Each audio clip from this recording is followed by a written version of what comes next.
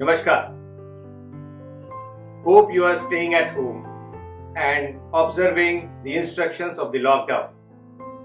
It is very important to stay at home and observe the instructions, follow the instructions given to us by the governments from time to time.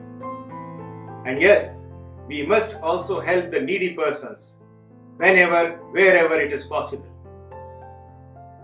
And this is the time to cultivate a few interesting stories.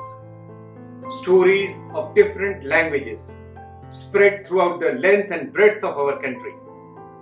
India has immense treasure of great stories available in different languages.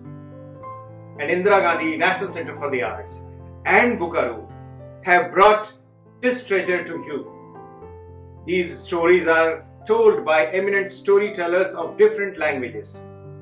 Through this, we can learn those languages and also build our own treasure of interesting stories. And yes, for your benefit, we have also given English subtitles along with these stories. So have great fun. Enjoy these stories of different languages of India and stay at home.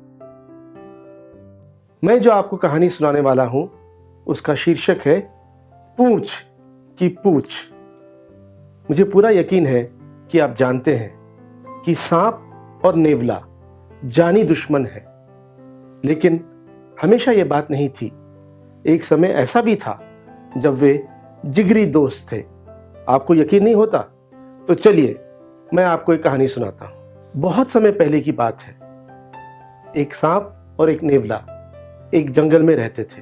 वे साथ खाते थे, खेलते थे और खूब सारी मस्ती करते थे। एक दिन उनको पता चला कि बगल के जंगल में एक प्रतियोगिता होने वाली है और वो प्रतियोगिता करा रहे हैं महाराज गजराज, जो एक हाथी हैं। उस प्रतियोगिता का नाम है लंबी पूंछ प्रतियोगिता। सांप ने नेवले से कहा, दोस्त, मैं ऐसा करता हूं कि तुम्हारी पूंछ को अपने मुंह में पकड़ लेता हूं। सब सोचेंगे कि मेरा बदन तुम्हारी पूंछ है और इस तरह हम ये प्रतियोगिता जीत जाएंगे। नेवले को ये बात बड़ी अच्छी लगी और उसने कहा, चलो दोस्त, चलते हैं उस जंगल में। जंगल में जब पहुंचे तो महाराज गजराज ने घोषणा की कि लंबी पूंछ प्रतियोगिता में जो जो हिस्सा लेना चाहते हैं वो सामने की चट्टान पर जाकर बैठ जाएं और अपनी अपनी पूंछ लटका दें। अब आगे का हाल सुनाएंगे हमारे जो कमेंटेटर हैं उल्लू जी। उल्लू जी ने अपनी कमेंट्री शुरू की।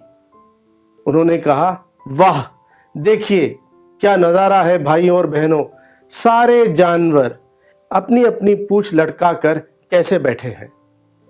और अब आगे बढ़ रहे हैं महाराज गजराज उनकी सूंड से हर एक पूंछ को नापने के लिए। वो देखिए, पहले प्रतियोगी हैं हमारे भालू जी। अरे, इनकी पूंछ तो दिखती ही नहीं है, ऐसे लग रहा है शुरू होने के पहले ही खत्म हो गई।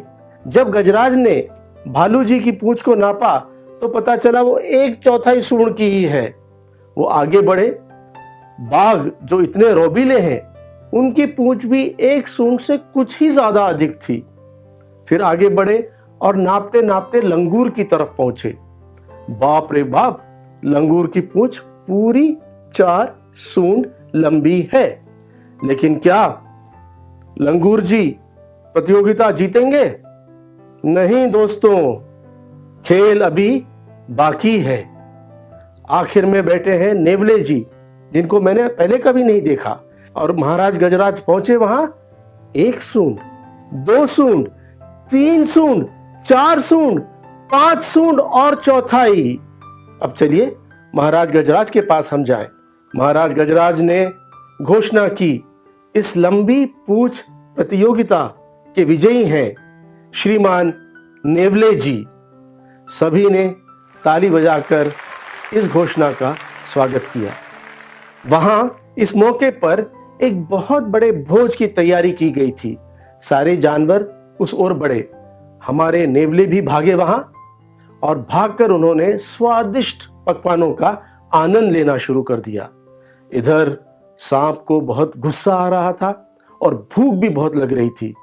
तो उसने क्या किया, उसने अपने मुंह को नेवले की पूंछ से अलग किया और खाना शुरू किया। कुछ देर बाद उसकी पूंछ पर धम से एक वजन पड़ा, भारी भरकम वजन। और उसने ऊपर देखा, वहां श्रीमान गजराज खड़े हुए थे। गुस्से में उनकी आंखें लाल थीं और वो जोर से चिल्लाए, बदमाशों, तुमने बेईमानी की है। तुम एक नहीं 2 जानवर हो। मुझे ना बेईमानी पसंद है और ना बेईमान। मैं तुम्हें अच्छा सबक सिखाऊंगा। और ये कहकर उन्होंने दोनों को बहुत मारा और पीटा और वहां से फेंक दिया। लहूलुहान बेचारे नेवले जी और सांप जी पहुंचे अपने घर और एक दूसरे पर आरोप कसने लगे।